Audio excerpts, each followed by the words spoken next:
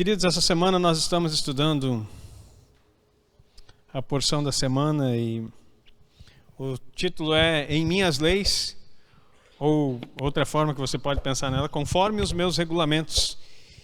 E o Senhor tem sido muito bondoso para conosco, nos trazendo entendimento a respeito da sua palavra de uma forma mais profunda. Quando nós falamos aqui em leis, você não pode ficar com aquela ideia legalista de achar que nós estamos tentando doutrinar a igreja numa lei que não existia antes.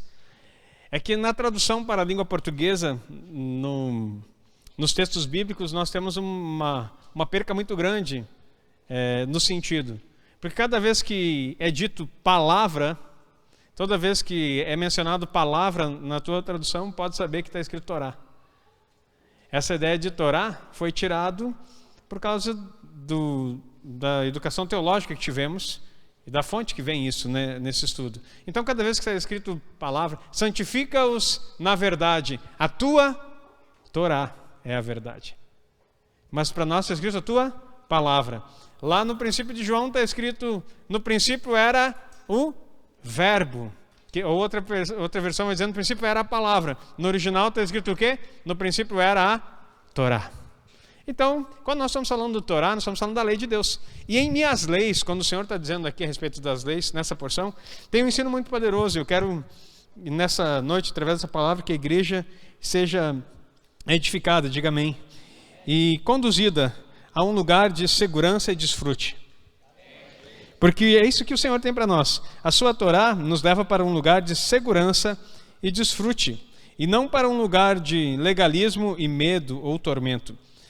Porque se nós andarmos segundo a lei do Eterno, não há do que sermos acusados. Nenhuma condenação há para os que estão em Cristo Jesus, que não andam mais segundo a lei, né, desse mundo, mas andam segundo a lei do Espírito de vida. Esse texto está muito mais claro, se nós lermos lá em Romanos 8. Pode colocar para nós aqui. Eu quero ler alguns textos e depois vamos compartilhar essa palavra aqui. Portanto, agora nenhuma condenação há para os que estão em Cristo Jesus. Quem está em Cristo Jesus aqui, levanta a mão. Aleluia. A partir do momento que você conheceu Ele, você está nele. Precisa permanecer nele. Que não andam segundo a carne, mas segundo o Espírito. Você parou de ser carnal, você começou a andar de uma forma espiritual. Talvez não está perfeito ainda, meu irmão, você está caminhando para isso, diga amém. Você não está lá, toda aquela coisa espiritual ainda, nem eu. Mas nós estamos andando para isso, porque a cada dia nós progredimos. Porque a lei do Espírito de vida, quem é o Espírito de vida? O Espírito Santo. Em Cristo Jesus, através dele, porque foi ele que nos possibilitou, me livrou da lei do pecado e da morte. O que está acontecendo? A lei do pecado e da morte estava sobre mim, devido à minha conduta, devido à minha vida, devido ao meu pecado. A lei que é boa, santa e justa, ela mostrava para mim, você vai morrer, porque você é um pecador. E não tinha outra possibilidade, até que Romanos 10 vai nos dizer que a finalidade da lei era apontar Cristo. Para quê? Para que você entrasse nele, e a partir dele, você fosse justificado nele, e não pela lei, porque a lei não justifica ninguém, amém? A lei não justifica ninguém, ela simplesmente mostra o parâmetro como você deve andar. E se você não consegue, o que acontece com você? Morte. Não é porque a lei é ruim, porque ela é boa e santa. É você que tem no teu corpo o pecado e a ação da carne. Aí nós precisamos de Cristo. O que é a graça? É o Cristo entrando no meio dizendo, pode deixar que eu resolvo. Pode deixar que eu morro, pode deixar que o sangue vertido será o meu, para que você possa ser justificado. Isso é o princípio. Então o que nós estamos vivendo aqui é o entendimento de que a lei, os mandamentos do Senhor, eles nos atrelam à vida de Cristo. Agora, porque Cristo morreu, aquilo que nos trazia a morte, que era o pecado, foi anulado no corpo, na carne de Yeshua, na cruz, diga amém. Ele morreu, porque ele é o Cordeiro de Deus, João 1,29, que diz que tira o pecado do mundo. Ele tirou o meu e o seu pecado, aplaudo o Senhor por isso. É por isso que nós estamos aqui. Mas agora, ele tirou a lei ou tirou o pecado? Vou perguntar de novo. Ele tirou a lei ou tirou o pecado? O pecado. E agora, a lei do Espírito de vida. Qual é o Espírito de vida? Aquele que ressuscitou Jesus entre os mortos, o qual vivificará nossos corpos mortais, para que andamos conforme Yeshua, para que estejamos nele. Se alguém está em Cristo, 2 Coríntios 5,17, nova criatura é, as coisas velhas já passaram. Que coisas velhas? Todos aqueles preceitos que te condenavam, eis que tudo se fez novo. Você está em Cristo, vivendo conforme ele, andando conforme os preceitos do Senhor, e agora sem um peso, o peso do pecado, porque ele riscou a cédula que era contrária a você, cravou-a na cruz e dela triunfou. É isso que aconteceu. Você foi tirado todos os mandamentos que eram contrários a você. Ele disse assim: pode deixar que eu resolvo. Matou no peito e deu vida para você. Aplauda o Senhor novamente. Isso é o Evangelho da Graça. Nós temos alguém que nos substituiu, alguém que agora vive e que nós, estando nele, desfrutamos de tudo que ele conquistou. Mas o que vem a ser essa palavra de hoje? A palavra de hoje, eu quero ler alguns textos para você, que são poderosos e que vão fazer você compreender que nós não estamos debaixo da lei no sentido da sua condenação, mas nós estamos na lei do Espírito de vida, porque é a lei que opera em Yeshua, em Jesus Cristo, é a lei que opera em nós. Só que nós não podemos simplesmente viver achando que a graça é uma licença para pecar, que a graça é uma forma de viver de qualquer jeito, sem lei, por causa que o pecado, está escrito na Bíblia tua, que talvez você nunca leu, o pecado é ir contra a lei. A palavra iniquidade é viver sem lei. A palavra iniquidade significa viver sem lei. Então, quando uma pessoa tem uma iniquidade, é uma pessoa que insiste em viver sem lei. Qual lei, queridos? O que acontece no nosso país? Vamos falar assim, ponto, para você entender. Segundo a questão jurídica, se você contrapor uma lei, o que acontece com você? Você vai preso. Na Geórgia, nos Estados Unidos, até hoje, muitas leis, porque cada estado dos Estados Unidos ele tem a sua própria legislação. Nos Estados Unidos, conforme o crime que você comete, a lei te condena à morte. Existe isso no sistema jurídico terreno, não existe? Aonde você acha que eles copiaram isso? Do sistema jurídico celestial. O salário do pecado, pecado quer dizer transgressão da lei, é a morte. Mas o dom gratuito de Deus, em Yeshua, é a vida eterna. Então, é isso que nós precisamos entender aqui. Vamos ler um texto, coloca aí para nós. 1 João 3,4. Qualquer que pratica o pecado, também transgride a lei. Porque o pecado é a transgressão da... Não pode estar escrito isso na Bíblia. Isso aí é do Antigo Testamento, né? Não, 1 João 3,4. João, o discípulo amado, escrevendo para a igreja as cartas, e dizendo assim: qualquer que pratica o pecado, também transgride a lei. Porque o pecado é a transgressão da lei. Que lei? A lei civil? A lei do Estado? A lei brasileira? Não, a lei de Deus. Que é a palavra aí que está escrito lei, no original está escrito, sabe o quê? Torá. Tá, mas como que é isso? Da onde que o senhor está tirando esses textos, pastor, que nós estamos aí 14 anos nessa igreja e nunca tinha falado dessas coisas? Pois é. E imagina eu que, como a gente usa aquele termo, nasci na igreja, né? Não literalmente no púlpito assim, mas quando eu nasci, eu já era crente. Ou pelo menos filho de crente. Crentinho é. Tá? Ou pelo menos deveria ser. Meu Deus, 1 João 3,4 está dando algo muito interessante para nós. Vamos ver outro texto então. Aí o salmista escreve lá no Salmo 119:11, coloca para nós.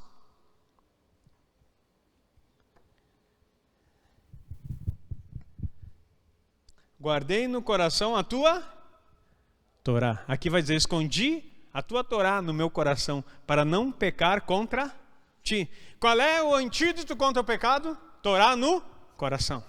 Está saindo um livro aí, nas tábuas do seu coração. Muito em breve a gente vai estar lançando ele, falando a respeito disso. Trazendo toda a estrutura, toda a compreensão para a igreja do Senhor Jesus de saber o que é a lei no coração. Sabe para quê? Para que você não peque contra o Eterno. E para que tua vida não seja uma enganação, achando que batendo ponto numa igreja no domingo, você vai estar vivendo perto de Deus. Ou achando que, dizer que, Senhor me perdoa, porque o Senhor conhece o meu coração. Ele conhece o teu coração, por isso que Ele não perdoa de qualquer jeito.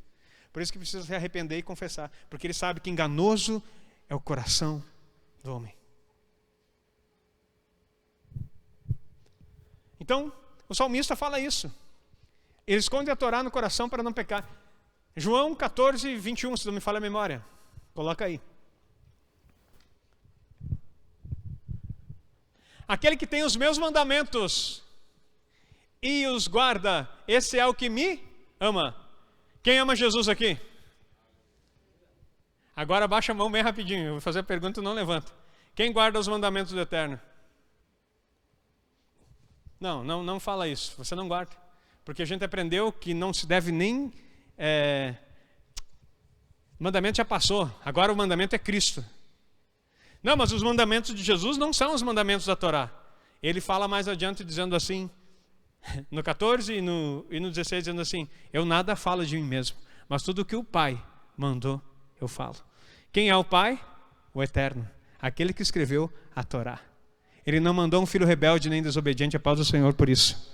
É por isso que você pode voltar para Ele. Meu Deus, pastor, tudo isso. Aquele que me ama guarda os meus mandamentos. E guarda os meus mandamentos. Vamos de novo. Aquele que tem os meus mandamentos, é que eu tenho um versículo de cor diferente. Aquele que tem os meus mandamentos e os guarda, esse é o que me ama. E aquele que me ama será amado por meu Pai.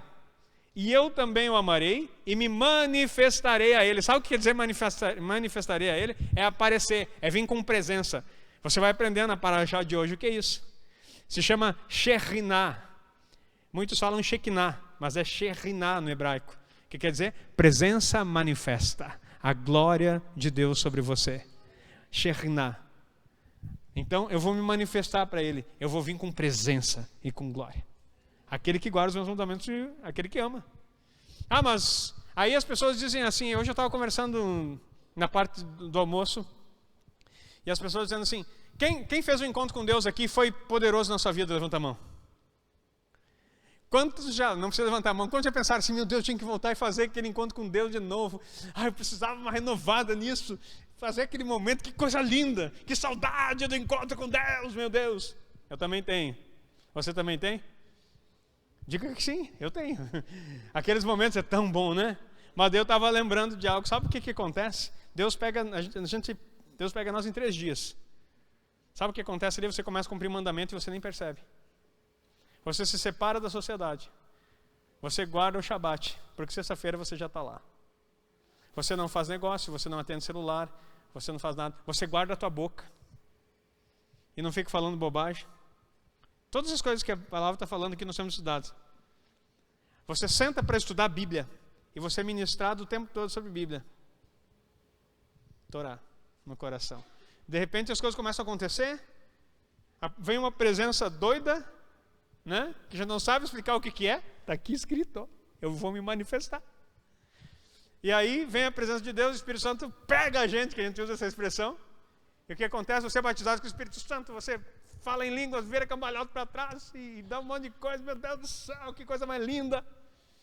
E daí chega no domingo, encerrando já. Ai, meu Deus, eu nem quero ir para casa, porque é muita presença, é muita glória. Segunda-feira tu volta para a tua rotina. Na outra semana, você não para, você não medita, você não guarda a tua boca, você não desliga o celular. E aí cada vez vai se distanciando, até que passa de repente, ai, que saudade do meu encontro com Deus. Em que ano tu fez? Eu fiz lá em 2012, foi poderoso. Cara, meu Deus, 2012. E depois disso, não, eu fico aqui, ó, saudade desse encontro. Pois é, e daí? É Deus que está deixando de te visitar ou é você que está deixando de deixar Ele visitar você? Você está entendendo como é que a religião traz uma máscara para nós e ama o encontro com Deus e vamos fazer de novo aqui, diga amém? Acho muito lindo isso, mas agora nós vamos fazer com outro sentido. E daí o que acontecia? A gente naquela empolgação, a gente viveu, a gente foi batizado no Espírito Santo, foi coisa doida, principalmente a gente veio de uma linha batista tradicional, tipo eu, assim, que Deus pega a gente e vira do avesso, num negócio assim, e fala ali, meu Deus, coisas que acontecem, tremendo, tremendo. A gente sempre fala que o encontro com Deus é tremendo. E aí a gente pega e chama os amigos, chama um povo que não sabe nada de nada, joga ele para dentro de uma célula. Quem lembra disso? Célula de aliança, 8 semanas.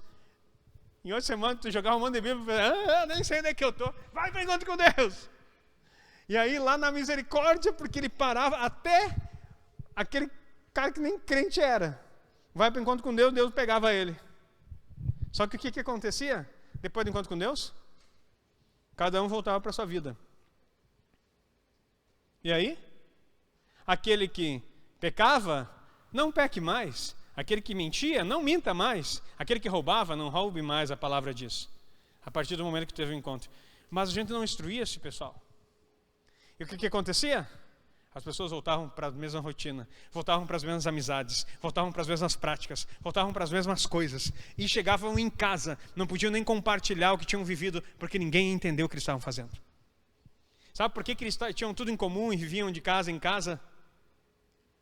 Os discípulos na igreja primitiva, no capítulo 2 de Atos, porque eles procuravam aqueles que tiveram a mesma experiência. A partir do momento que teve uma experiência com Deus, você tem que parar de andar com quem não teve experiência. Não, pastor, não é assim. Nós somos sal e luz. Nós somos luz do mundo. Nós temos que brilhar nossa luz. Que luz, querido? Essa embaçada que tu mal acendeu uma velinha lá no final de semana e tu já quer clarear o mundo.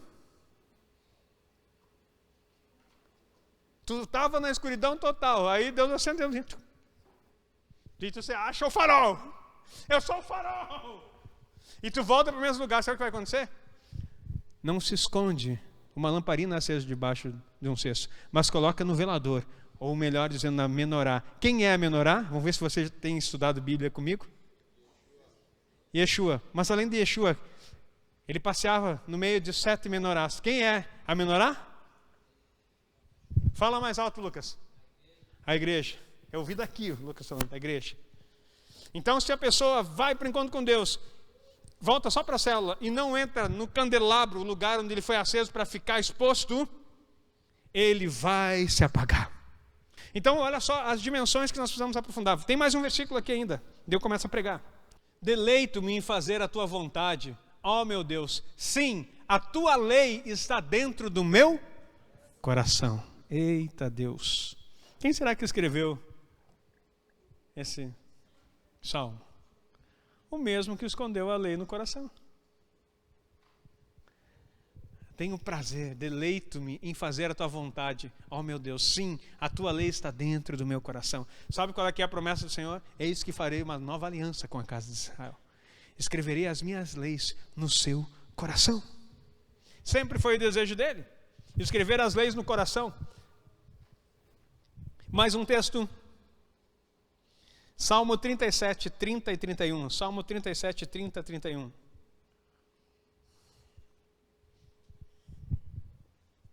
A boca do justo fala a sabedoria, a sua língua fala do juízo.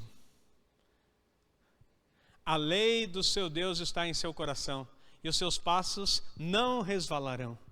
Olha só. Talvez você não saiba, mas eu comecei a estudar um pouquinho de hebraico. Mas quando fala aqui de justiça, sabedoria. Justiça e sabedoria são duas características das emanações das sefirotes, que são níveis da espiritualidade que Deus construiu na árvore da vida, para que cada pessoa que o conhece venha a ascender, venha a crescer. Que palavra mais mística, não? Lembra que está dizendo que nós temos que crescer até atingir a estatura de Cristo? Você achava que era o teu crescimento natural? Não, é o crescimento dentro do planejamento que Deus estabeleceu. Vou te dizer algo que a maioria não faz ideia, porque nós fomos roubados. Mas chegou o tempo de restituição. Aplaudo o Senhor por isso, porque eu creio nisso. A restituição vai vir, porque se a igreja entender que a Torá tem que estar no coração, meu irmão, ninguém te segura. Ninguém nos segura. Olha o que acontece. Você sabia que existem 10 mandamentos? Quem sabia disso? Bem, os 10 mandamentos é um resumo. É um resumo da lei do Eterno. Mas sabia que existe 613 estatutos? Quem sabia disso? Quem não sabia que existe 613 estatutos? Levanta a mão. Quem não sabia? Levanta bem alto, não precisa ter vergonha. Olha só. Desses 613 estatutos, a gente aprende estudando que a romã é o símbolo desses estatutos. Mitzvot também são mandamentos que o Senhor colocou. Pode chamar de mandamentos. A romã tem 613 grãos. Daí alguém diz, não sei, então conta para ver.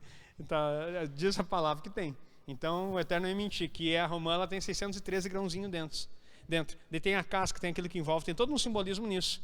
Só que isso simboliza você. Existem mandamentos dessas mitzvot aí de 613, elas são divididas em positivos e negativos. Positivos são 248. Negativos são 365. A pessoa que cumpre os positivos na sua vida, no seu dia a dia, está alimentando a sua alma, o seu corpo. Porque, segundo a Torá, o corpo humano tem 248 órgãos físicos. 240 órgãos físicos. E 365 artérias, veias e tendões. Olha a perfeição de Deus. E você vai dizer assim, eu não sei, eu nunca contei. Eu também não estudei, eu estou falando de Torá. Eu estou falando do que a Bíblia ensina. E não do que a ciência está dizendo. Então, se Deus diz que 248 desses mandamentos positivos estruturam o nosso corpo. Está prestando atenção? 248 mandamentos positivos estruturam você no físico. 365 estruturam você no espiritual. Aqueles que nós chamamos de negativo, eles cuidam do nosso espírito, da nossa alma. E aqueles que nós chamamos de positivo, cuida do nosso corpo. E cada um desses mandamentos, ele conecta a Deus como se tivesse um cano, como se tivesse um lugar. E quando Deus faz esse desenho do ser humano, Ele está dizendo a nossa estrutura. Preste atenção no que eu vou dizer. Você entende que a ciência evoluiu um monte de coisas e eles sabem coisas tremendas hoje em dia? Quem concorda com isso? Diga amém. É verdade. Agora, aquele que te criou, será que não sabia? Antes da ciência descobrir? O Senhor fez um mapa seu que consta de 613 pedaços, um quebra-cabeça montadinho. E quando o Eterno olha, e isso Ele entregou na sua Torá para que nós estudássemos e soubéssemos. Cada um desses caninhos que traz uma fonte do Eterno sobre nós, Ele consegue identificar quando você olha na construção que Ele fez, Ele consegue dizer, você está com esse problema aqui, que nem um médico olhando um exame. Por causa que esse mandamento que você cumpre, ele vai diretamente lá para o teu coração, esse vai direto para o teu rim, esse vai direto para o teu fígado, esse vai direto para a tua coluna, esse vai para cada vértebra, esse aqui vai para o osso, esse vai para o fêmur, esse vai para o dedinho mínimo lá. Está sentindo isso aqui que está acontecendo? Esse vai para a veia, para a artéria tal. E todos eles estão obstruídos porque você quebrou esse aqui. Está entendendo o nível de compreensão que Deus entregou para nós? Sabe por que todo mundo te ensinou que não poderia estudar a Torá? Porque se você descobre isso aí, aonde o diabo vai ter legalidade? Se você entendeu o que eu estou te falando aqui, aonde Satanás vai poder agir na tua vida? Se cada pedacinho teu. Deus colocou uma lei para te santificar, para proteger, para colocar conforme a medida de Cristo. Aplauda o Senhor por isso, porque isso aqui você não vai encontrar na internet. Olha o tamanho e o poder do nosso Deus. Conseguiram aí? Então coloque aí o primeiro. Olha só, isso é um desenho ilustrativo do que é a alma humana. Você é isso. Revestido de carne, revestido de um corpo que Deus te deu. Aí cada um desses parece pelinho ali, se tu olhar de perto, dessas ramificações, está ligado com princípios que o Senhor estabeleceu. São 603 no total. Pode colocar o outro ali para nós darmos uma olhada. Aqui ele está mais ampliado, vamos dizer assim, para você entender. Isso é a alma humana, isso é você. E tem 5 níveis da alma que um dia eu vou estar ensinando aqui para você começar a compreender segundo a Torá nos ensina. E esses 5 níveis da alma vai nos dando revelações de entendimento cada vez mais próximo da coroa, que é, quem é a coroa? Quem é aquele coroado de glória em glória? Yeshua, Jesus. Até que nós chegamos lá. Só que a maioria das pessoas estão nos primeiros níveis da alma, aonde são regidos pelos sentimentos. Eu sei que eu já ensinei muito aqui na visão grega, corpo, alma e espírito, né?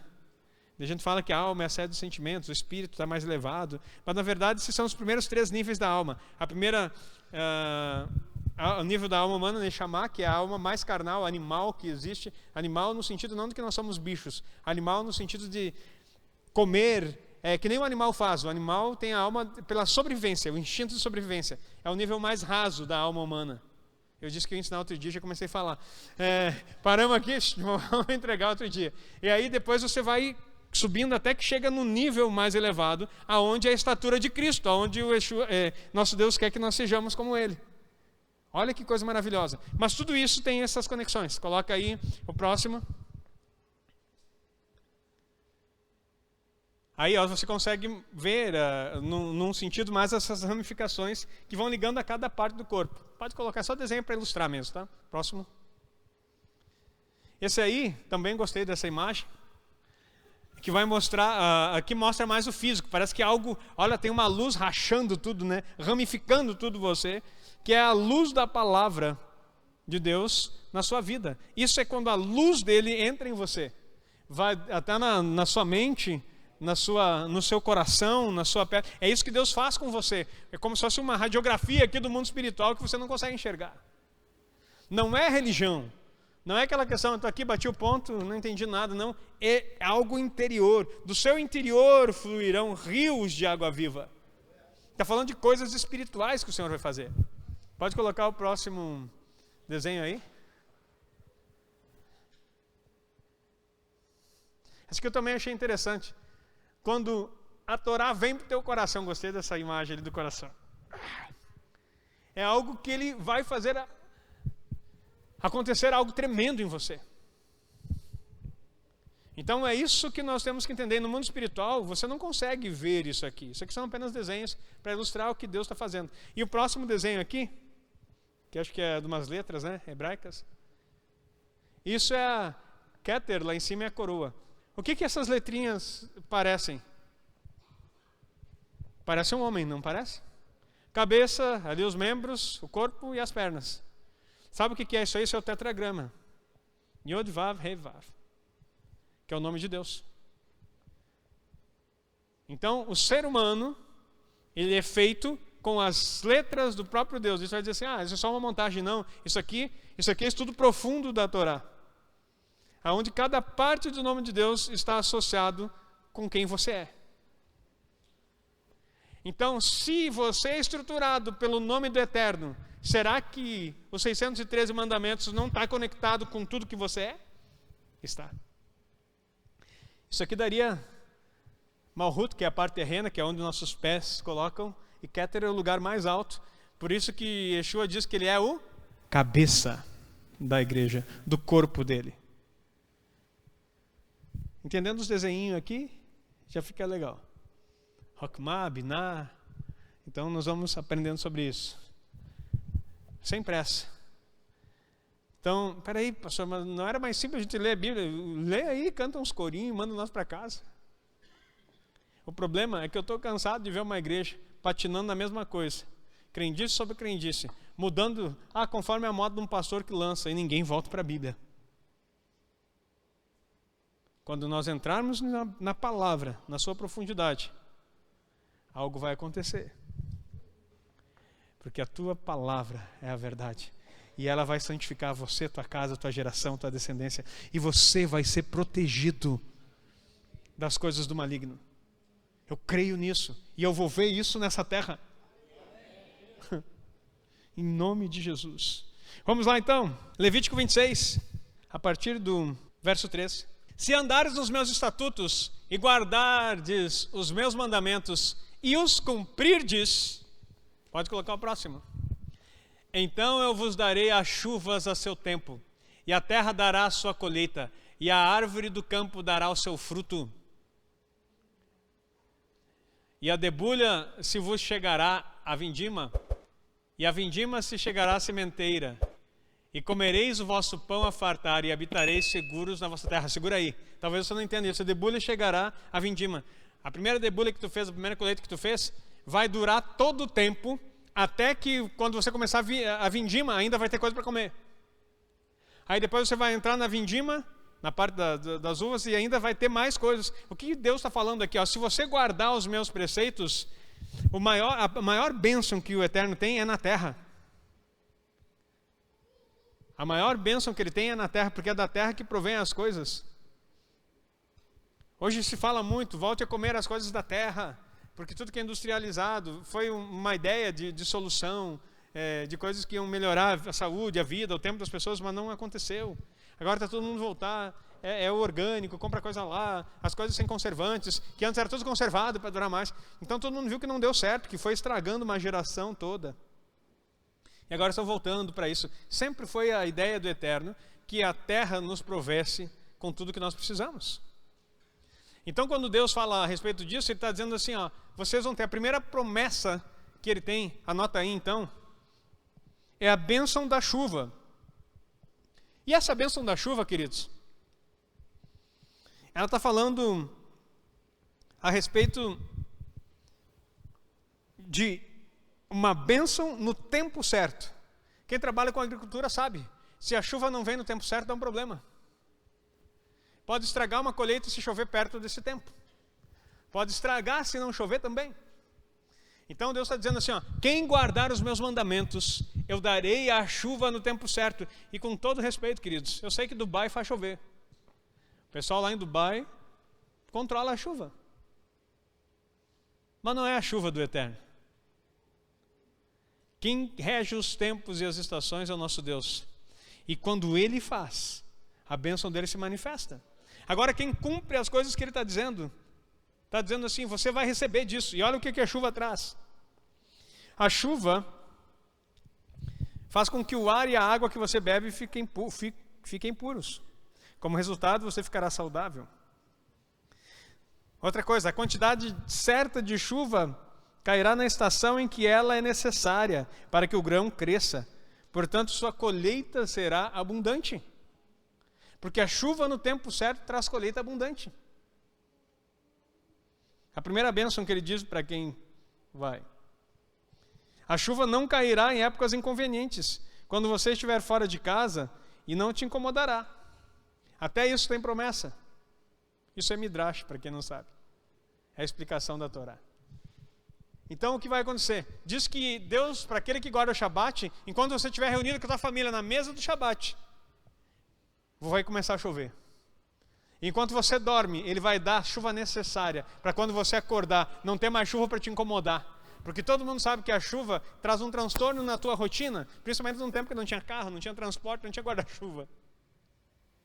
Então diz assim, ó, se você cumprir os meus mandamentos, enquanto você se reunir no Shabat com a tua família, eu vou mandar a chuva. E a chuva vai ser uma chuva boa, necessária. Quando amanhecer o dia, no outro tempo, você vai poder se alegrar e desfrutar desse tempo. Olha só, uma noite inteira de chuva bem chovida, resolve, né? Bem chovida. Então, tem promessa para isso.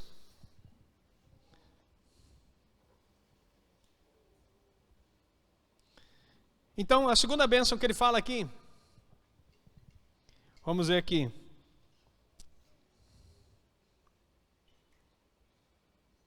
Sua debulha se estenderá até a colheita da uva, e a colheita da uva se estenderá até o tempo da semeadura. Comerão o quanto quiserem. Olha a segunda promessa que Deus dá aqui. A bênção da comida suficiente. Talvez você não se preocupa, mas uma das coisas que Yeshua nos ensinou, lá naquilo que nós apelidamos de oração do Pai Nosso, é: Pai Nosso que estás nos céus, santificado seja o teu nome. Venha o teu reino, seja feita a tua vontade, assim na terra como é no céu. O pão nosso de cada dia, dá-nos hoje. Talvez você nunca pense porque não falta, mas quem passou a falta, ou quem já teve isso aí, ou quem tem filhos, se preocupa com o pão nosso. Mas o que ele está dizendo? Não se preocupe. Yeshua, ele não está mais do que citando o Torá nessa oração. Ele está falando aqui, se você guardar os meus ensinamentos, não vai faltar comida na tua casa. Mas nunca esqueça da palavra de Paulo, aquele que não trabalha também não coma. Tá? Só para entender, né? Não vai vir aí assistencialismo de bolsas. É o fruto do teu trabalho, da tua mão. Bendito é o homem que confia no Senhor, pois comerá do trabalho das suas mãos. Feliz será e tudo irá bem. Mas você precisa andar naquilo que o Eterno está te dizendo. Você não tem que trabalhar em prol da necessidade. Porque quem se preocupa com isso, Yeshua diz, são os pagãos. O Pai sabe que você necessita de todas essas coisas e provê para você antes mesmo que você peça. Aplauda o Senhor. Querido, se a coisa está estreita aí, tem alguma coisa errada, não com Deus, com você. Um dos caninhos que desce para essa provisão está interditado. Vai ter que fazer, como é que é o nome daquela molinha que coloca lá? Cateterismo espiritual aí para desobstruir esse canal. Mas primeiro você vai ter que identificar que canal é esse. Aí Deus te dá 613. Ainda bem, eu fiquei pensando assim, mas 613, mas graças a Deus, só 613. 613 é rapidinho para identificar. Imagina se fosse muito mais do que isso.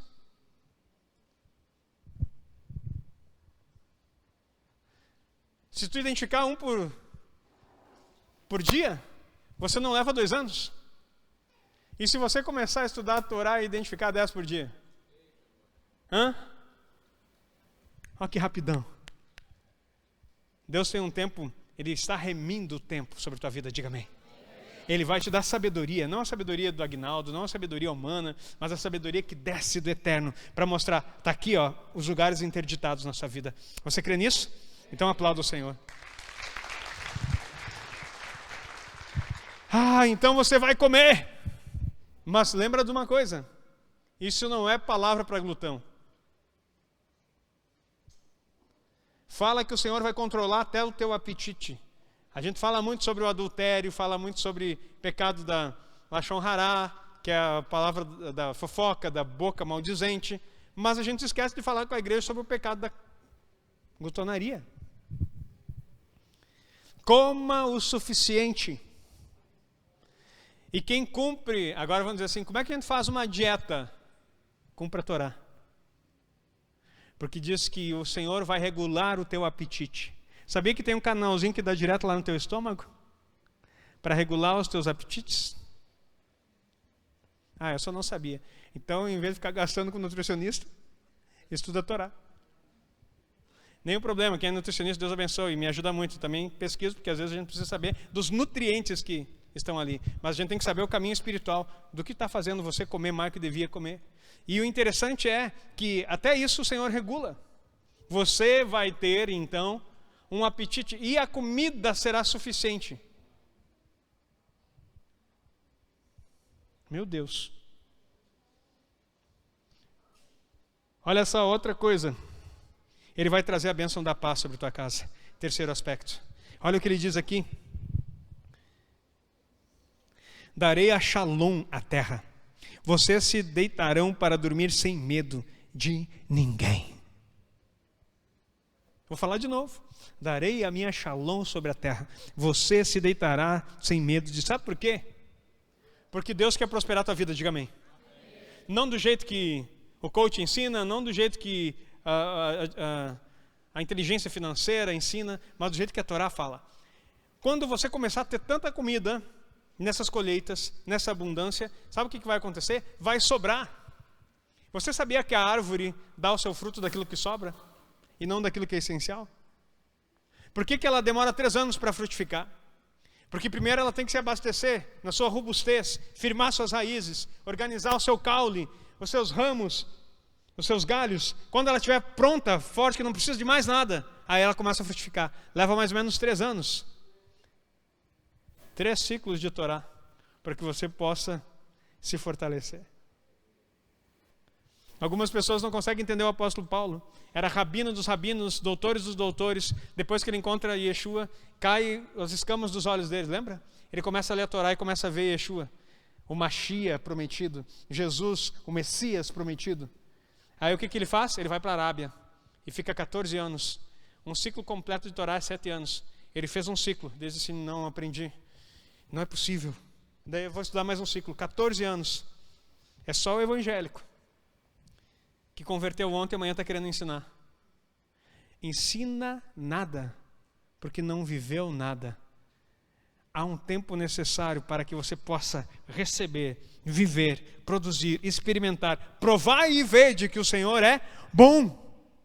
E assim Ele vai fazendo as coisas. Não tenha pressa de receber uma palavra ontem. Quem recebe uma palavra ontem e hoje já quer ensinar é bulímico, não digeriu, ele está vomitando em cima. Não vai abençoar porque vômito não abençoa ninguém. E não vai fazer bem para você porque tudo aquilo que você recebeu você botou para fora. Não guardou nada, não teve nenhuma espécie de nutriente arraigado em você. E você também não está abençoando ninguém, você está vomitando na vida de alguém. Olha que poderoso quando nós nos alinhamos ao propósito eterno. E aqui, nessa compreensão de trazer paz, o Senhor vai começar a prosperar a sua vida. E a árvore que eu estava falando, ela dá o fruto do que é excedente. Quando ela está com toda a nutrição, as folhas boas, tudo organizado, ela produz fruto. E ela não está preocupada com a quantidade de fruto que ela vai produzir, porque está sobrando. E vai empurrando e vai saindo fruto. E quem tem bergamonteira em casa, glorioso é.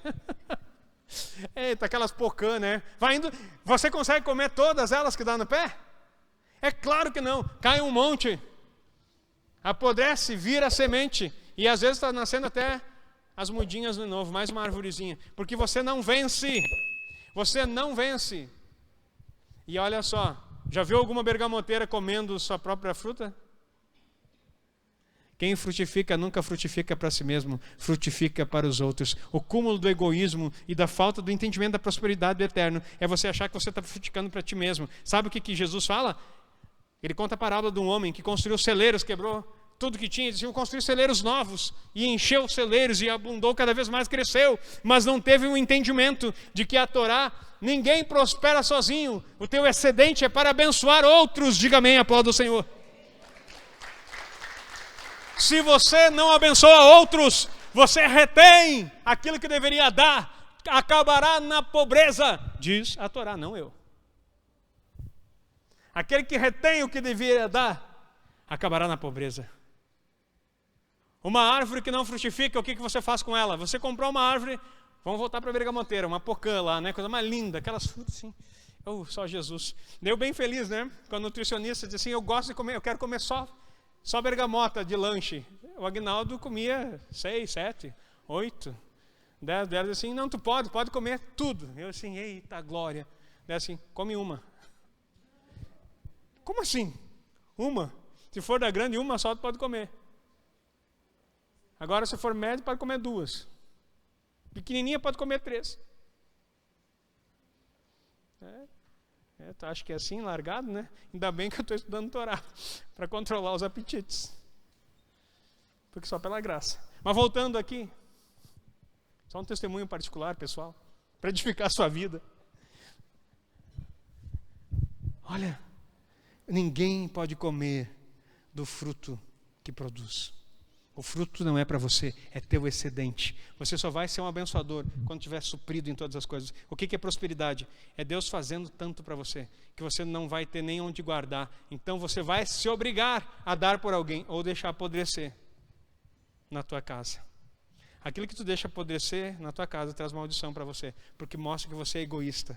Você preferiu perder alguma coisa do que semear na vida de alguém. Olha o que é importante. Está vendo o que é isso? Aí por que vai ter paz? Porque na hora que você enriquecer, Deus vai te dar enriquecer nesse princípio de prosperidade que eu estou falando aqui. Não essa coisa de comprar um iate, ser ostentação. Não estou falando de ostentação, estou falando de princípio. As pessoas vão olhar para você e vão dizer assim, esse é um homem abençoado, porque ele produz frutos e alimenta quem está ao seu redor e nunca vai faltar para você. Já ouviu uma laranjeira dizer, ou a bergamoteira mesmo que nós fizemos, dizer assim, para de colher esse negócio, vai acabar minha fruta. Já viu ela preocupada? E daí tu tentando pegar um galho assim, tu vai pegar ela para não deixar tu colher. Já viu acontecer? Não, só o crente que é assim, porque a árvore não faz isso. Só o crente tem medo que, dando o seu fruto, que é abastecendo alguém, que vai faltar para ele, porque não entendeu nada de Torá. Ele não entendeu nada que o Eterno está falando, de como ele criou você para prosperar. Cada vez que você estiver frutificando, é excedente da bênção do Eterno sobre a tua vida. Deixa as nações se alimentarem disso. Deixa a tua casa, a tua descendência. Você será bendito. outra bênção, a bênção da família grande. Eita glória, por que eu não sabia a Torá antes? Ia ter uma meia dúzia de filhos. Oh, Jesus. Eu descobri que filho é uma bênção. Feliz o homem que enche deles a sua aljava. Eu não enchi, graças a Deus pelo 2 que eu tive. Mas dá para ter uns 5. Eita glória, imagina. 7 filhos. 7 Caleb. Yes! Eita glória! Ei, meu filho, imagina, cara. Com todo o talento, com todo o dom, com toda a bênção que tu traz nessa casa. Imagina 7 de você.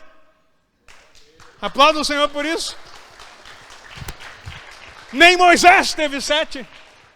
Moisés teve 1. Mas imagina, queridos. Sabe por que que... Agora me diga uma coisa. Por que que você não teve mais filho? Hã? Responde para mim. Por que que tu não teve mais filho? Por causa do dinheiro. Porque a pessoa que vive sem Torá confia na economia e não no eterno, que promete e cumpre. A economia quebra, o eterno não. Eu vou repetir. Quem é mais propenso a permanecer para sempre? O sistema econômico do teu país ou o eterno? Daí tu vai dizer assim, pastor, mas não é assim. Não adianta.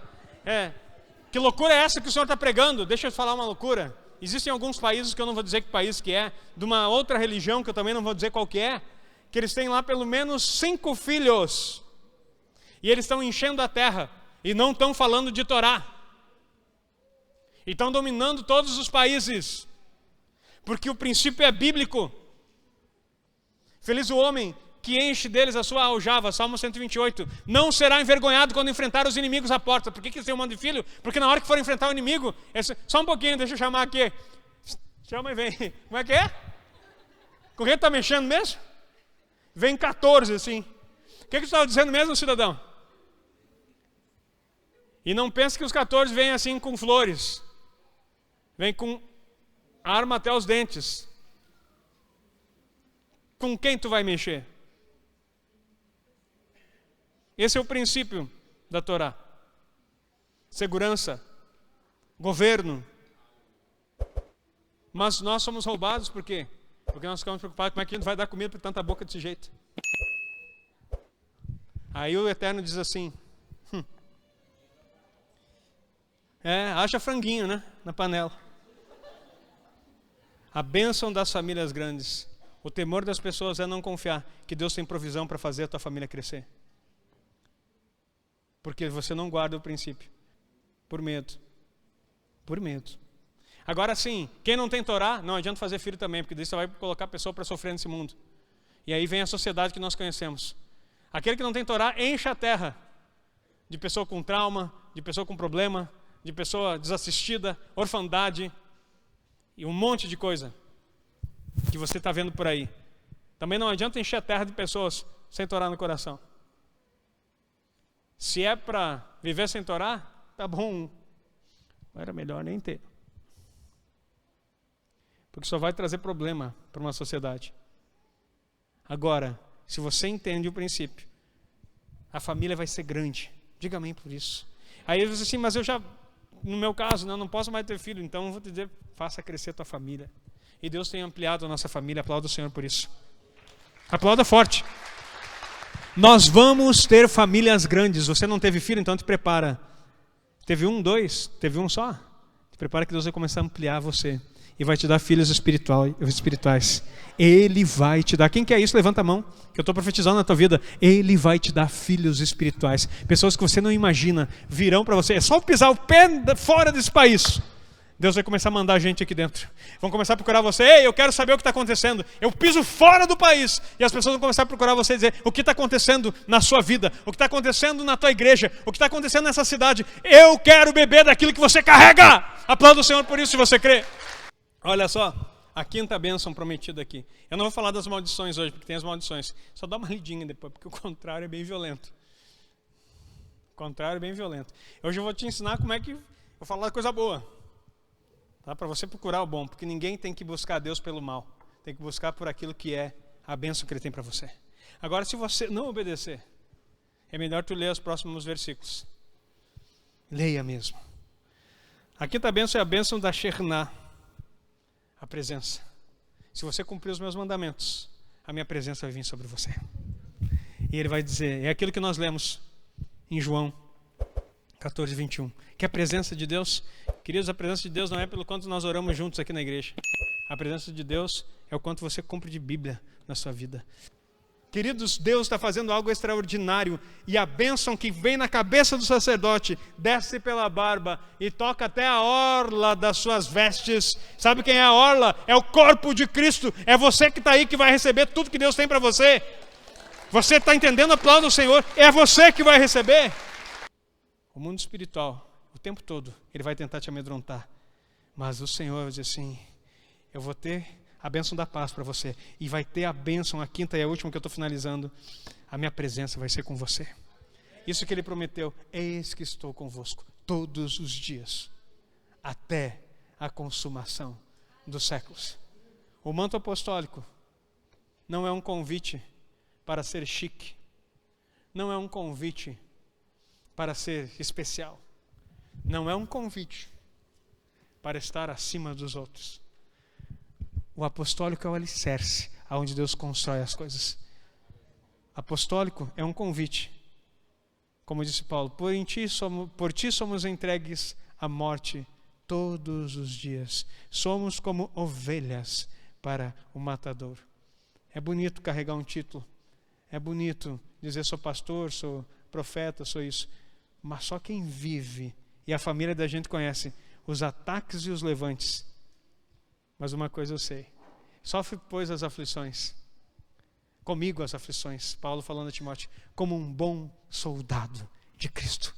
Nenhum soldado alistado para a guerra se envolve em negócios dessa vida, a fim de agradar aquele que o arregimentou. Queridos, talvez você não saiba, mas eu vim para cá, antes de qualquer coisa, por uma palavra de um coronel, que ele disse assim, Deus te tirou do exército brasileiro para te colocar nas fileiras do exército dele. E a partir daquele momento acabou todo aquele meu desejo de ser militar.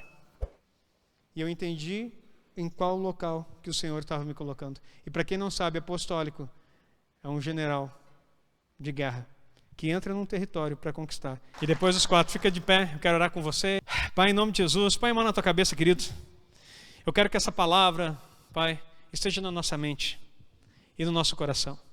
Nós não estamos falando palavras humanas, nós não estamos aqui buscando filosofias, nós estamos falando da tua Torá. E que a nossa mente seja renovada e o nosso coração esteja confiado em Ti. Cada palavra liberada desse altar aqui, Senhor, venha fazer diferença em cada um dos Teus filhos. Senhor, alinha-nos conforme o Teu propósito. Pai, eu abençoo a Tua igreja, em nome de Yeshua HaMashiach. E você que recebe, dá um brado de júbilo ao Senhor e aplauda com toda a sua força. Aleluia!